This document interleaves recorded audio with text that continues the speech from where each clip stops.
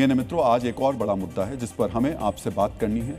ये मुद्दा दिल्ली के अस्पतालों में बेकार पड़े करोड़ों के मेडिकल उपकरणों से जुड़ा हुआ है। दिल्ली के जिन बड़े बड़े सरकारी अस्पतालों में अल्ट्रासाउंड से लेकर सीटी स्कैन के लिए 6 महीने से साल 2 साल तक की वेटिंग होती है, वहां करोड़ों के मेडिकल उपकरण सालों से सिर्फ दिखाने के लिए रखे हुए हैं। उनका कोई काम नहीं हो रहा है। दिल्ली के सरकारी अस्पतालों में 50 करोड़ से रुपए से ज्यादा के मेडिकल इक्विपमेंट वैसे ही बेकार पड़े हुए हैं। जिन मशीनों का इस्तेमाल मरीजों के इलाज के लिए होना चाहिए, वो रखे रखे कबाड़ में तब्दील हो रहे हैं। विदेशों से इन्हें मरीजों के इलाज के मकसद से मंगवाया गया था, लेकिन अस्पताल में पहुंच जाने के बाद भी ये बेकार पड़े हुए हैं। मित्रों, दिल्ली सरकार के अस्पतालों में बेकार पड़े इन मेडिकल उपकरणों का खुलासा दिल्ली हाईकोर्ट के निर्देश के बाद हुआ।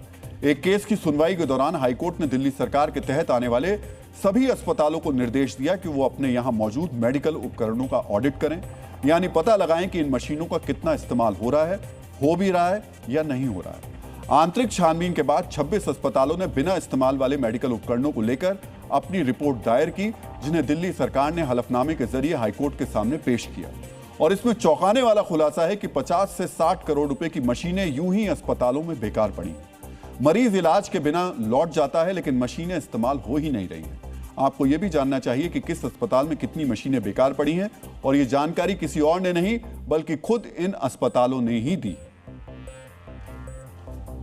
दिल्ली सरकार के तहत आने वाले लोकनायक अस्पताल में 44 बाईपास जो मशीनों का इस्तेमाल नहीं हो रहा है।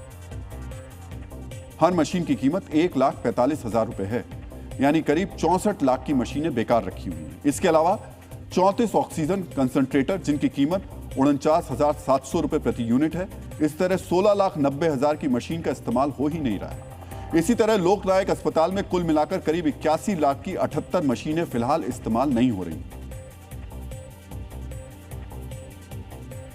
और इस रिपोर्ट का एक ग्राउंड रियलिटी चेक भी अब आपको देखना चाहिए।